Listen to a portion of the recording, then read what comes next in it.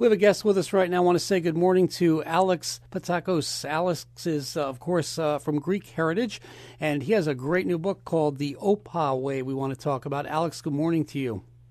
Good morning, Warren, and OPA to everybody out there who's listening. I love that word OPA. Whenever I hear that, I think of Nia Vardalos and My Big Fat Greek Wedding.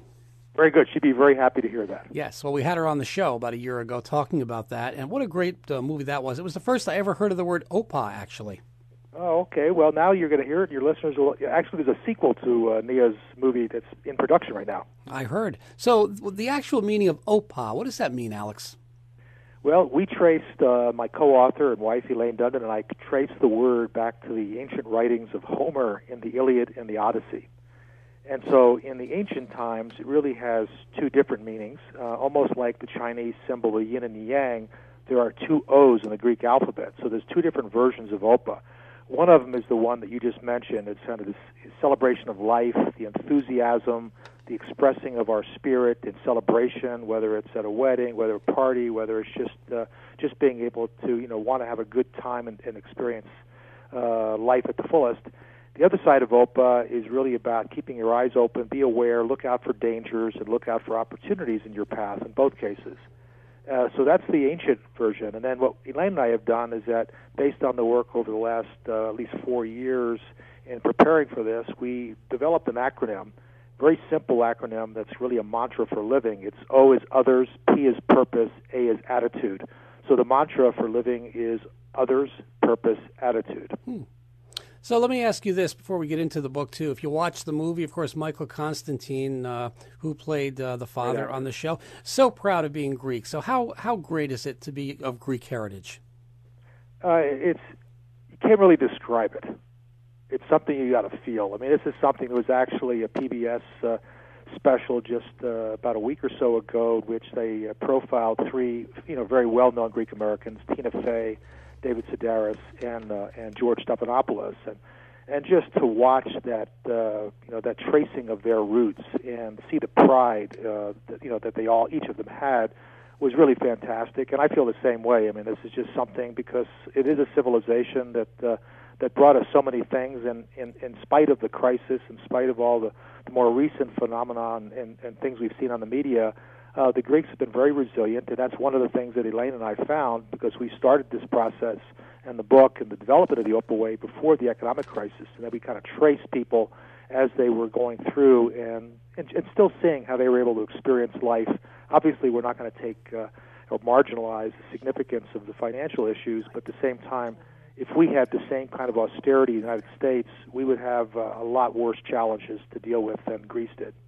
In our town, we have so many people of Greek heritage, and, I'm surrounded by it a lot, so pick up a lot of their ways, and they're great people. Mm-hmm. Great people and great food, as you probably already know. Of course. Yeah, but it is, I mean, that's one of the keys. I mean, the O in OPA is really connect meaningfully with others, connect authentically. And one of the things that we learned very quickly is that in Greece, everybody in some way is and can relate to the notion of the village, connecting to the village. And we have a lot of stories and a lot of examples of how people treat each other in that village way of life. And yet in North America, we talk a lot about, it takes a village to raise a child. Basically, we live in a global village, but we don't treat each other as villagers. So hopefully listeners live in communities, neighborhoods, where in fact that they do respect each other and they do try to help each other out during times of need, etc.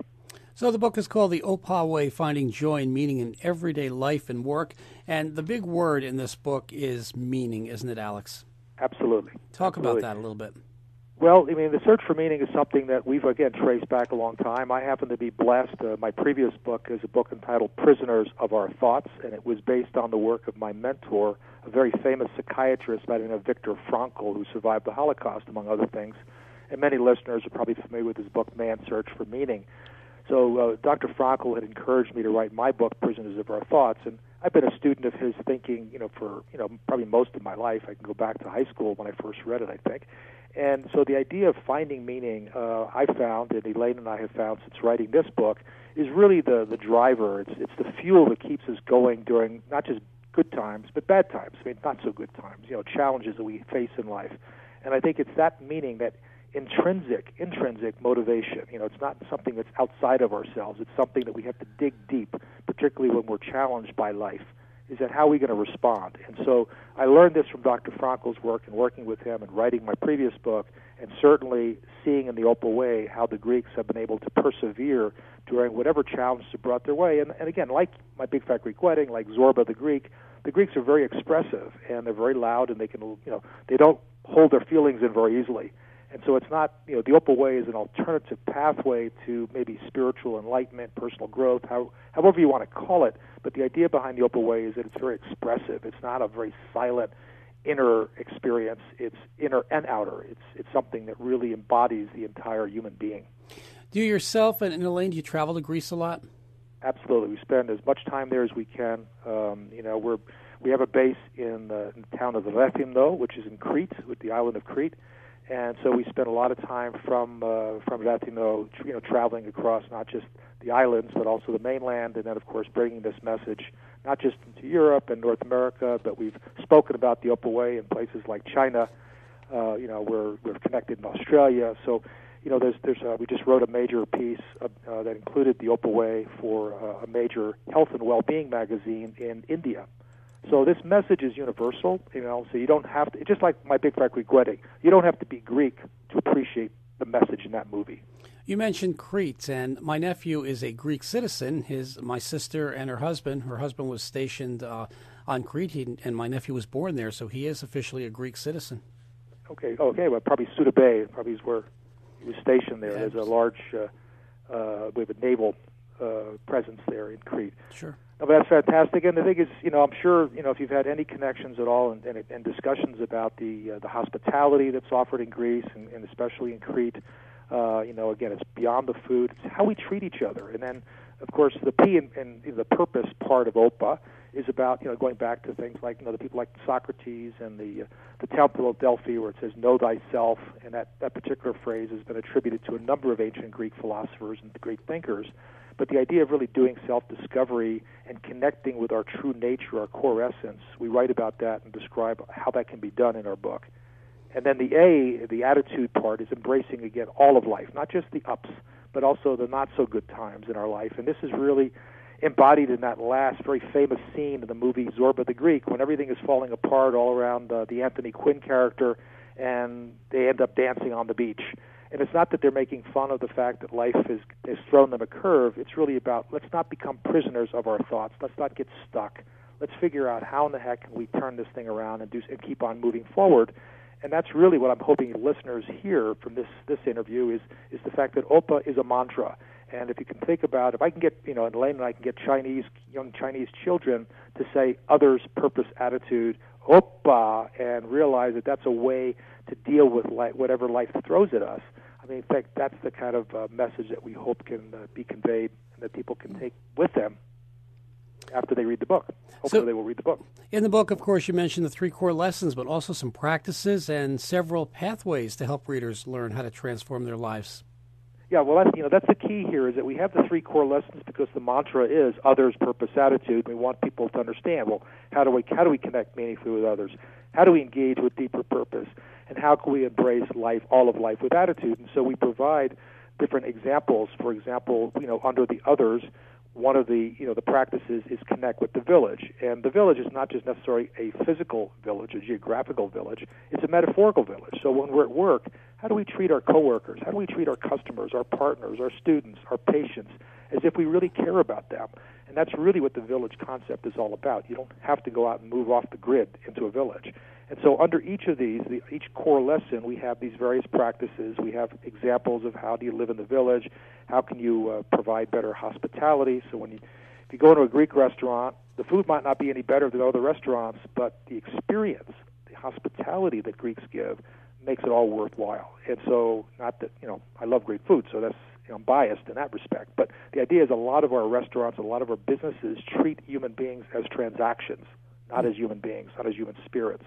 And so what Elaine and I, our message is we're trying to take these core lessons, bring them down to the level of practices, show people how to practice them, and actually give them what we call pathways, ways in which they can actually bring into their daily lives, including their work lives, how they can practice the OPA way.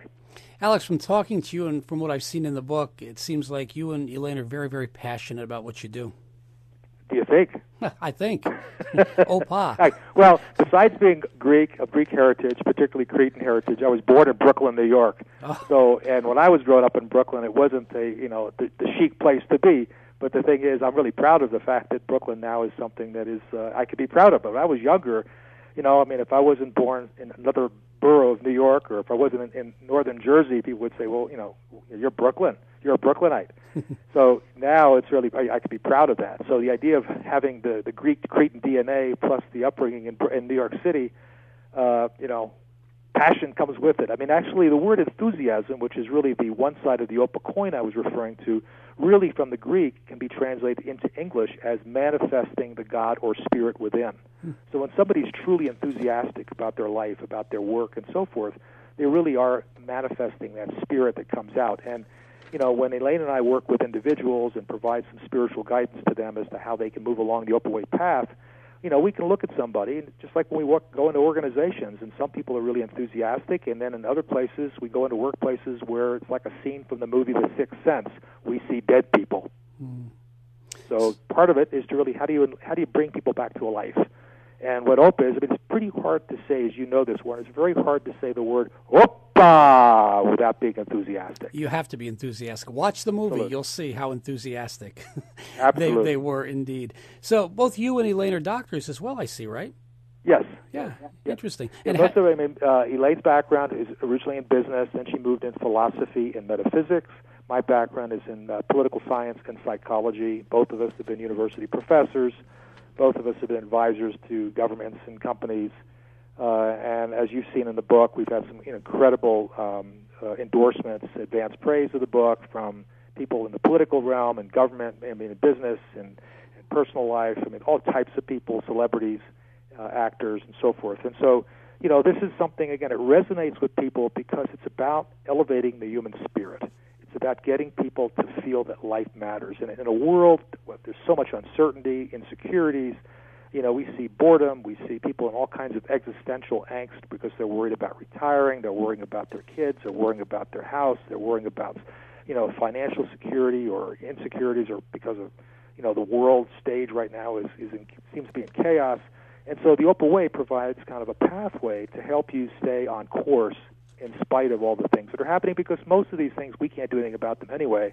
So all we can do, as Viktor Frankl taught me many years ago, and he learned this, by the way, from the Greeks, because he was a very strong friend of Greece, is we can figure out and control how we respond to a situation, even if we can't determine what the situation is all the time.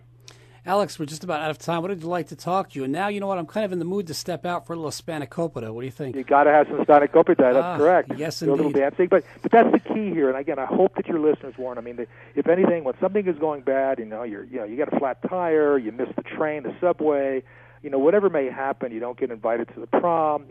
My and Elaine's, suggestion or recommendation is for the initially say and just put your arms up in the air as if you're dancing like Zorba. And you just say, "Opa!" and that'll help you kind of at least move forward, so you don't get stuck, become depressed, become this victim of life, because life is calling out to each one of us, and it's really our responsibility, our personal and our collective responsibility, to respond to that call. It's not about that we are waiting for life to happen to us. It's really about how we're going to respond, how we're going to make our call to life become something that really matters. Such a positive book, The OPA Way, Finding Joy and Meaning in the Everyday Life and Work. Alex, thanks so much for being with us. Great book, and it's out and available right now. Have a great day, everybody. Same to you. Thanks for calling us. Bye-bye.